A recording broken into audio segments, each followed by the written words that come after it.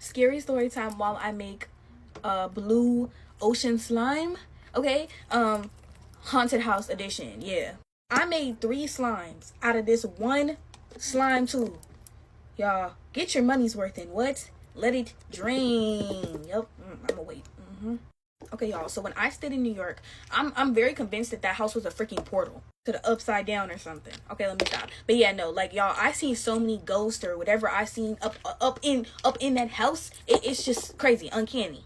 I'm gonna put some fragrance, and I didn't want to put so much blue because I want the blue to almost like be like a light blue, you know. Very first time, sorry about that. The very first time I seen a ghost, I was sitting on this freaking where I used to film my old slime videos. I was sitting in that area doing my freaking hair, and then next thing you freaking know, I see a face at the top of the stairs, and I was like, and I look, y'all, and I could still see like a face, but it was like fading away, and I got so scared. I literally stopped doing my hair. I cleaned up everything, and then I went to sleep. That's how bad it scared me.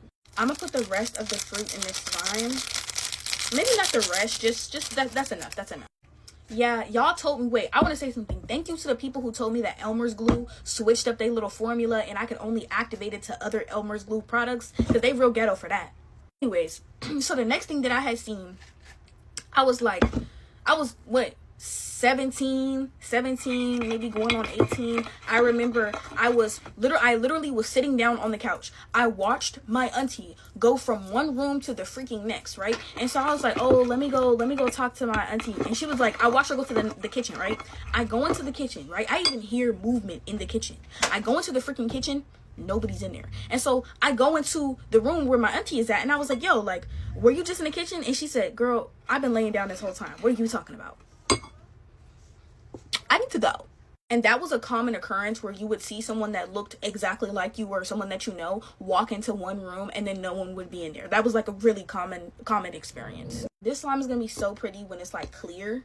It's gonna be so pretty. So we were convinced, me, my family members, we were convinced that my auntie's room was the portal where they were coming out of and stuff like that, because the house was built in 1902, I believe. So the house was pretty old. The house was old, all right? So I remember one day, nobody was in my auntie's room, and I literally was there babysitting, and next thing you know, I seen like there's somebody in white just standing in the doorway. And I froze, it froze, I looked back, and then I act like I didn't see it, and when I turned back, it was gone. Yeah, go about your way. I'm getting goosebumps because, like, literally, sometimes you would get that feeling if the ghosts were scary or if they weren't, but for the most part, like, you were getting, like, a feeling like somebody's freaking watching me. And then I remember one time, I was in the house by myself, babysitting, and next thing you know, I seen a little black creature, like, sitting next to me. Little black creature. I didn't get a bad feeling about it, though, so I was just like, hey, dude, how you doing? And then it just went away. Like, it was like a quick, I seen it, and then when I looked back, it was gone. Didn't get a bad feeling, though.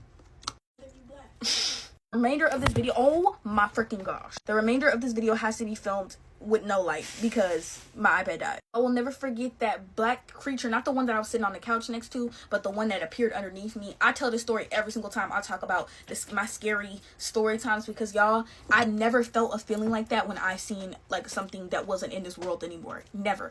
And like that was so scary. But the most common occurrence ever in the house was like seeing somebody be somebody that you knew, or seeing the lady in white. Like I would constantly see her, and I just call her the lady in white, and I'm getting like the most weird vibe talking about it right now, but it's just because I'm scared and I don't like the fact that ghosts are real.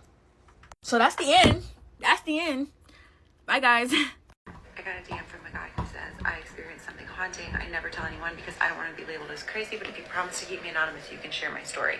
He wanted to be called Joe for the sake of this story, and I have to tell you, I believe him. He swears up and down this is true. They have a healthy, happy baby named Brady. When Brady starts walking, the family adopts a small black lab puppy they name Max, and Joe and Morgan often call Brady and Max the puppy the kids. Joe and Morgan have a great relationship. They're great at parenting together, and they decide to get married in 2019.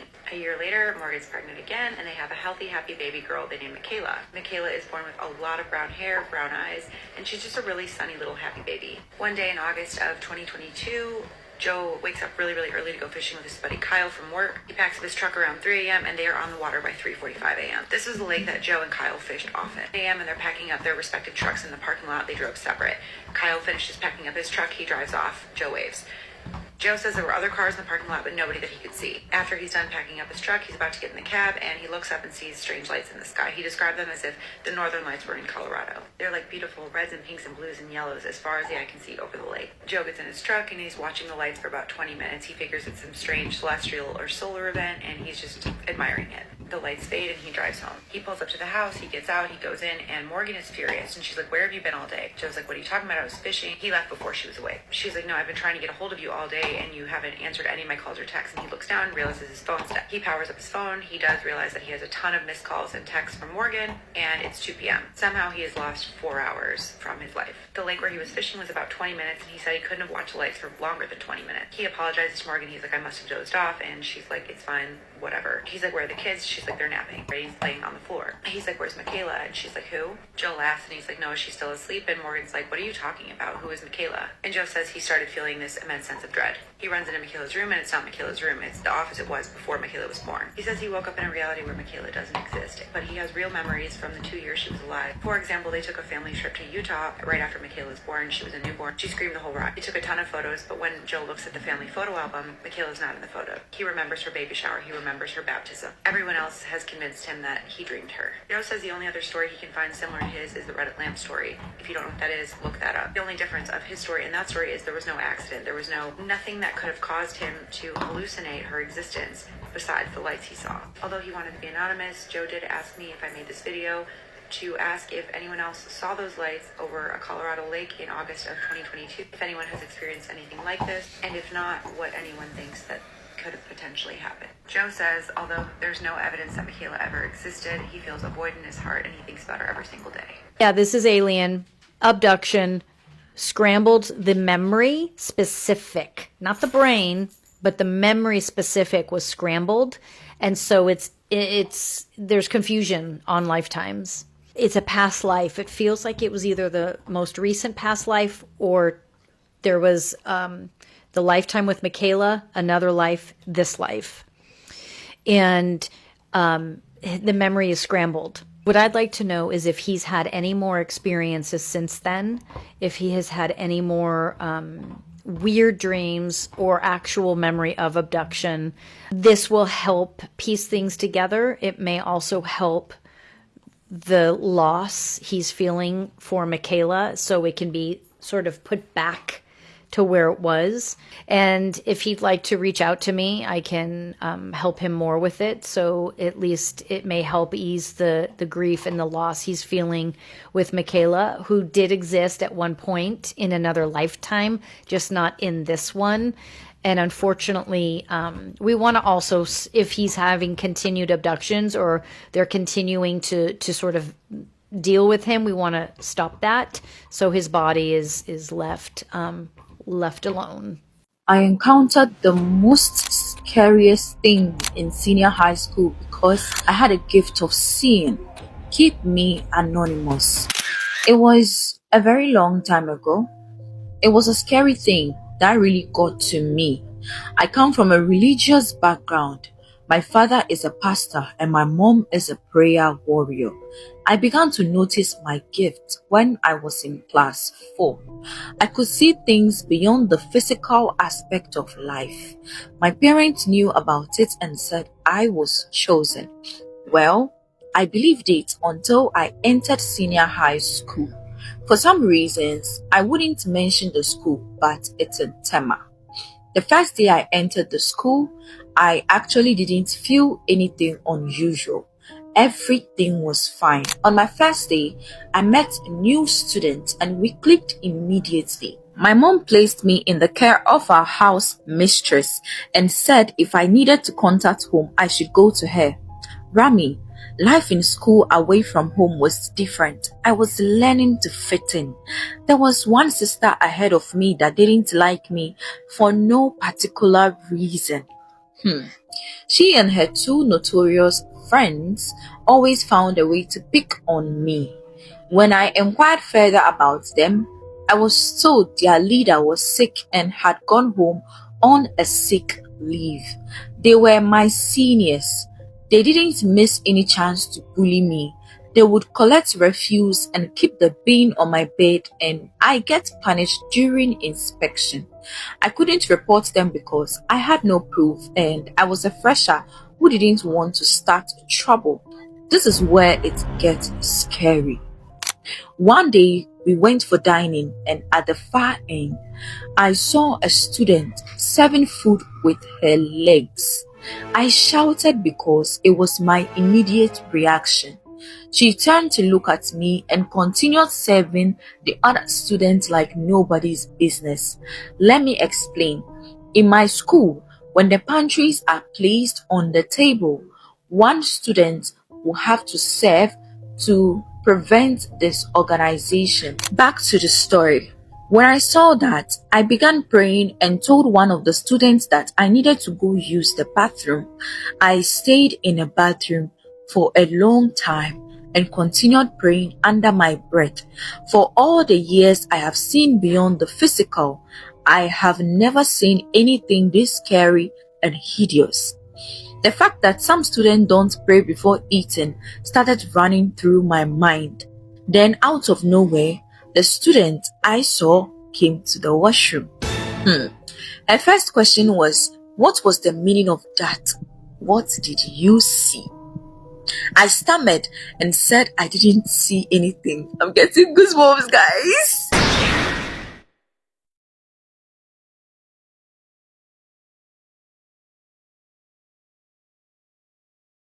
Can we show them the older homestead? real quick? Yeah, let's go. As you know. No, it's not. No, it's not.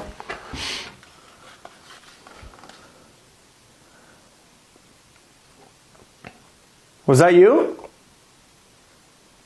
Yeah, that's on either side. It went to both. Yeah. This girl said that either a demon or a mimic was basically terrorizing her family in Appalachia. This story is crazy, and if you get scared easily, I would just scroll right on past. So in 2018, Tangina's grandmother was up in her room sleeping. Her aunt and her grandmother slept in the same room because her grandmother needed help throughout the night. Now, her aunt was downstairs in the kitchen getting ready to come up for bed. As her aunt is getting ready to come up the stairs to go to bed, she hears this big bang, and it's coming from her grandmother's room. So her aunt runs up the stairs because she's worried about her grandmother, and as soon as she gets into the room, she sees that her grandmother, or her mother, is holding her head, and she's like, "What's going on? What's wrong?" And she told her that something had slammed her head against the wall. This terrified her grandmother so much that ever since this happened, her grandmother refused to be anywhere alone. Anywhere. Poor woman. I feel so bad. As her grandmother's health unfortunately starts to decline, her grandmother decides that she doesn't want to sleep in that room anymore. She doesn't want to be in that room ever again. So she wants to move her room downstairs, or her bed downstairs. Tangina said that to this day, her grandmother, if she is ever left alone, will absolutely panic. So fast forward to 2020 during the first couple weeks of the pandemic. Tangina's younger brother and sister were staying at her aunt's house because her parents were out of the country. So it's important to note that at this time, Tangina's older cousins, there's 3 of them, all worked, and her younger cousin didn't have school because of the pandemic. She also said that her aunt and her grandmother were also home a lot. Now, one day they're all hanging out, and it's pretty boring because it's in the middle of the pandemic, and so her aunt decides to take her younger cousin and her little brother out for a walk to kind of get their mind off things and just take them out for something to do. Her little sister actually didn't know that they had went outside for a walk, so she went upstairs to go look for them. As she walks up the stairs, she's walking past her older cousin's room, and she notices that he's sitting in his room, but he's sitting in the dark on his bed with just the TV light shining on him, just sitting there. Couldn't really see his face clearly, but she's kind of standing there looking at him when he goes, "Come here." Her little sister is kind of like, "No, what do you want?" And he goes, "Come inside my room." She, at this point, has this bad feeling for some reason, and she does not want to go into that room. So she walks down the stairs and she opens the front door. As soon as she opens the front door, she walks out. She sees her younger brother, her younger cousin, her aunt, and the same cousin that was just sitting upstairs. At this point, she is freaking out. So she runs over to her cousin and she's like, "I just saw you upstairs. What are you doing down here? I just saw you." And he was like, "You did not see me. I've been at work all day." This obviously freaks everybody out, right? But now we're fast forwarding to a couple years later. So during this time, her older cousin is going through a rough patch. He's drinking a lot. And he likes to go out into the woods to do these things. But one night, her oldest cousin, so his older brother, was upstairs sleeping in his room with his wife. Now, while they're sleeping, around 3 o'clock in the morning, his wife wakes up. She sees somebody walking around their bed. She said that she could barely see it because it was like pitch black in the room though, but she saw someone walking around her bed. And she's thinking to herself, they always lock the door. So she's thinking that I know that door was locked. How who is in here? Oh, whatever this is gets to the point where it's standing in front of the Wi-Fi router, and so there's light shining on it, and she sees that it's her husband's younger brother, same one that was having a rough time, that was struggling. Now, he had long hair at the time, and she noticed that it was like in front of his face. So she thinks this is weird, as would anyone. Then she watches him as he starts shaking his head like this and walking from the door to the foot of the bed to back. Just door, foot of the bed, back. She gets so scared at this point that she starts trying to wake up her husband, and he's not waking up at all. So she starts digging her nails into him, kind of like secretively. He's still not waking up. She is frozen in fear watching this, when finally, he wakes up. She then looks over at him and she goes, "Your younger brother's in our room." He looks over and there's no one in the room anymore. And she's like, "I swear he was just in the room." And he's like, "We have to talk about this tomorrow. I'm too tired." Next morning, they get up and they walk downstairs, and he goes up to his little brother and he's like, "Listen, were you in our room last night?" And he goes, "No, I wasn't even home. He was out in the woods." Tangina also mentioned that in their culture, they don't get intoxicated, or they're not supposed to, because they believe that they are more susceptible to evil if they do. So he was the only one that would ever get intoxicated. Things just get worse. Fast forward to about a year ago at this point.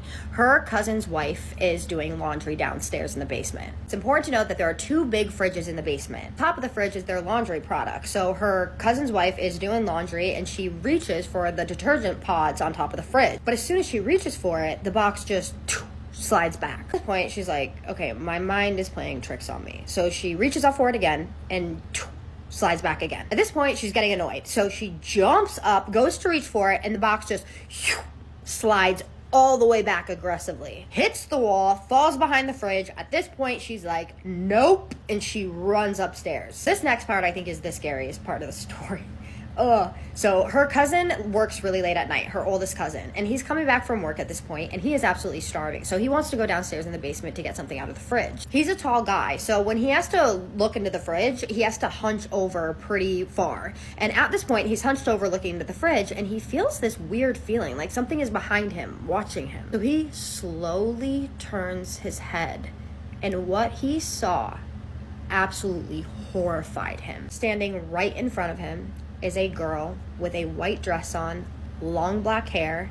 Her mouth is literally unhinged. It's open so wide, and her eyes are just rolled into the back of her head. She's doing the same head shaking motion from side to side as her wife saw her brother doing. This reminds me of one of my scary stories. She said that he ran up those stairs so fast, and it was a long time before he ever went back in that basement. After this, somebody sends them some sort of message. Her oldest cousin is cooking in the kitchen and hears this rattling coming from inside of the fridge. They have this magnetic scissor holder on the fridge, but he just kind of ignored it and continued cooking. But as he's cooking, he couldn't help but look at the fridge again. And as he did, he saw the scissors lift up out of their holder and just fall to the ground. Tangina said that she doesn't know how that happened or if that was some sort of message, but she wants to know if anyone has any thoughts on any of this. Oh God, what did you guys think about that story?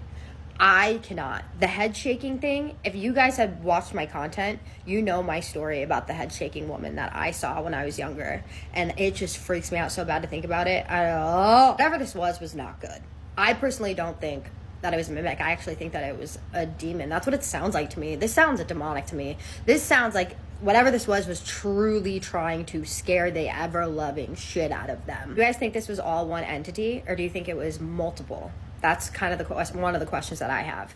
So drop your thoughts, opinions, and suggestions down in the comments. But as always, please be respectful. I wish I could give more commentary, but I can't because I have to do the shout outs and we're almost out of time. Logan Loff. I hope I said that right. Lauf or Loff, I'm not sure. But you commented underneath one of my videos on my beauty page.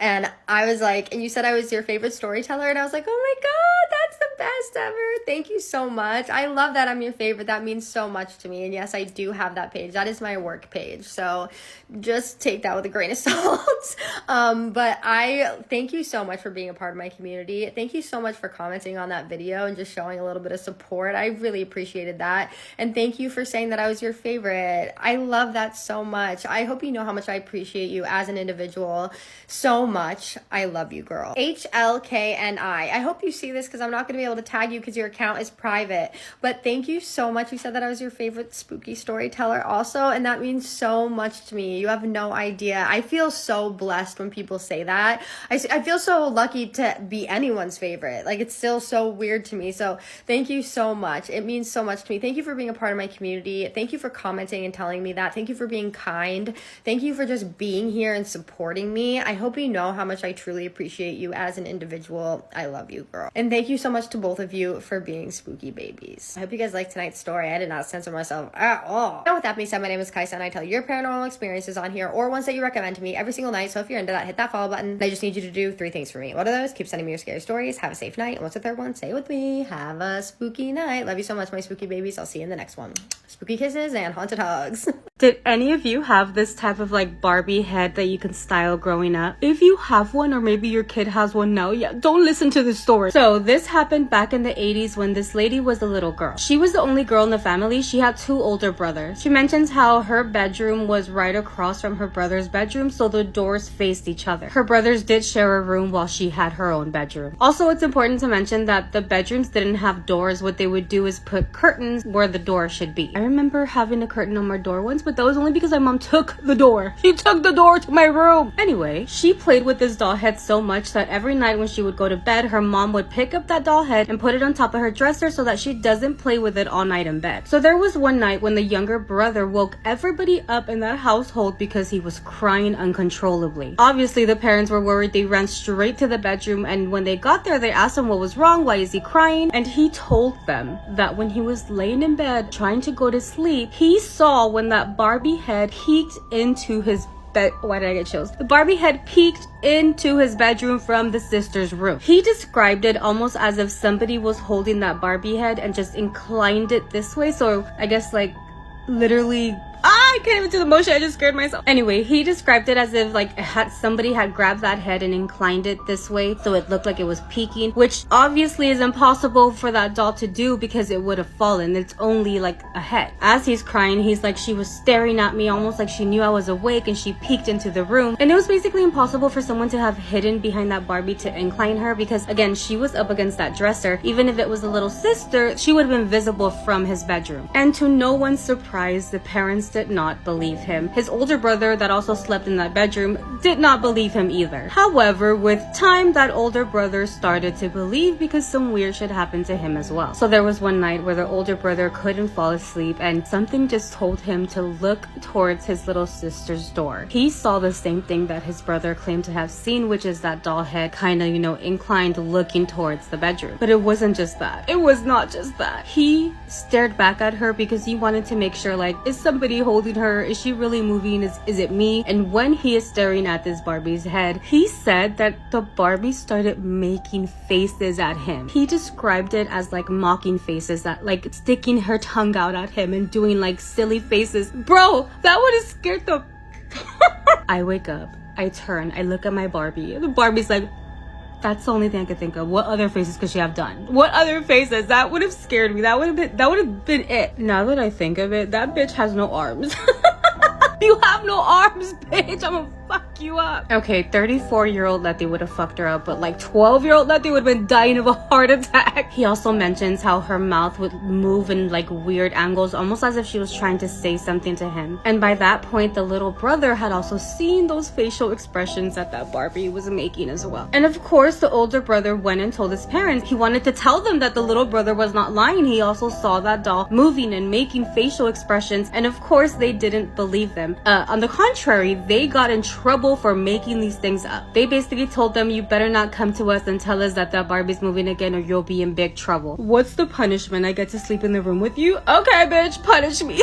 What's the punishment? You're taking me to sleep in a new home? Take me right now. So the parents didn't believe them until one night where the dad stayed up by himself, and when he was walking down the hallway, he felt as if somebody was behind him. Immediately, he turns around to look, and he could have sworn that he saw something peeking from on top of a dresser. The dad could have sworn that he thought it was that doll head that he saw move. You're a liar, you're making things up, and if you bring this up again, you're gonna be in big trouble, mister. Obviously, it was that moment where it finally scared the dad, where the family decided to get rid of this doll head. So where they lived, the trash people only came on Tuesdays and Saturdays, so they had left the trash and that doll head out there, and it wasn't trash day, so it was just gonna sit out there until the trash came. So while the doll was still outside in the trash, their grandmother came for a visit, and as she was passing by the trash, she saw this like perfectly clean and new doll head on top of the trash can. She pulled it out and asked them why they were gonna throw it away, and her son, the dad, didn't want to tell her why, so he just said it was because the daughter didn't want to play with the doll anymore. So the grandmother decided that she was gonna take it to her home because she had this bedroom that she called the old doll room, and she basically had a whole collection of dolls. She cleaned that doll head up and put it inside of that room. And surprise, surprise, after she put that doll head into that bedroom, weird sounds would start coming from that room. The lady that's telling us the story, obviously that was her doll, and she said that she personally never heard any noise in her grandmother's room where that doll was, but her grandmother and her aunt did hear noises coming from there. She explains that her cousins would also say that they would hear weird sounds coming from that room. They would spend the night at the grandmother's home, and while they were sleeping, they could almost hear like plastic bumping into things in that room. However, they were already scared of that room altogether since there was like old dolls all in there, and they did not dare to go in there and figure out what that noise was. With time, the mom of the girl was like, I cannot not tell them why we got rid of that doll. So she did end up telling the grandmother and the aunt why they got rid of the doll, and obviously they were like, oh my god, so it has to be that doll that's making those noises in that room. However, the grandmother decided not to get rid of that doll. She obviously did believe in the paranormal, but she was not about to be scared of it, so she decided that she was going to keep it in her house so that no one else has to deal with this doll. By the way, the grandmother lived by herself in that house, so yeah, that lady was not scared of the doll. That doll ended up staying with her until her final days, and the grandmother passed away. So grandmother passed away and left that house to her aunt, and her aunt, first day, took all of the grandmother's collection, including that doll head, and basically got rid of everything. She says that the aunt never told anybody what she did with it. They have not seen that doll head ever since. Yeah, that is a crazy fucking story. I feel like I would die if I were to see that Barbie head just like blah, blah, making crazy ass faces at me. But what do you guys think? What the fuck was that? Bro, What's going on around you? I don't know. I'm frozen. I am frozen. Did the window Sean. break? Scary story time while I reactivate this slime. Oh my gosh. I get my money's worth, so get yours. Yeah. It just looks like I put a whole bunch of glue all over the table, bro. Ghost in the Backyard edition. Like, So this happened when I was in elementary school. I was definitely a little kid, and I remember I was in my like room at the time, and I was like doing something with my sisters. I cannot remember, but I was at my dad's house, and I remember that room always gave me the heebie-jeebies at nighttime because it was just creepy. I don't know, but I loved being in it in the daytime because of the windows, right? The way this room was kind of set up was that I can see kind of half of the front yard and then the backyard, right? I can see that. Now, I remember like minding my business with my siblings and then seeing like a man walking along the sidewalks in front of the house. Now, this man kind of had his head down and he looked like he was minding his business. So I'm not thinking it's a big deal. Time goes on, my sisters go to their room, and I completely forgot that this man walked by, right? I'm chilling next to my window, and next thing you know, I see this same man that I seen earlier in my backyard walking around my dad's garden just like in circles. Just he did like 2 or 3 times. I'm looking at this man, like full on staring at him. He doesn't make eye contact with me once, and then I see him like kind of walk in the direction where my window is to kind of hide behind our playhouse. When he ducked behind like the playhouse, I ducked too. So I duck and I'm like kind of peeking over my bed through my window. I see him get up, make direct eye contact with my window, walk into like this corner where this like old tree was, and he he's just there. He's out of my view. So I immediately run to my dad. I'm like, Dad, there's a creepy man in our backyard. Like, you gotta get him. Like, he's creepy. He was just in our backyard. So obviously concerned, he gets up, he goes to the backyard, he checks all the places where I tell him to check. And he's like, look, there's nobody back here. Like, what are you on? Like, there's no one back here. And I'm like, no, there is. Like, he went behind this way, like, that, just tripping off of it. I know some people are gonna be like, okay, where's the scary part? Like, this is not scary, y'all. To describe my old house and its backyard, we had this huge fence that, like, you couldn't climb up unless you had some type of assistance. You needed assistance to climb this wall. So everybody's looking at me like I'm crazy because what are you talking about? Like, there's nobody back here. And I'm just trying to, like, explain myself, like, I promise I'm not crazy. Like, I'm not making this up. I'm not gonna say they didn't believe me, but I feel like they definitely thought I was tripping. I remember in that same night, I seen this man standing by my bay window, and I was terrified, and I hardly ever slept in that room again. So that's the scary part, and no one believed me. And I know a lot of y'all don't believe my story times, but I couldn't make this up, y'all. Like, that man was in my backyard, and I seen him. Like, I can still remember every detail about this man to this day.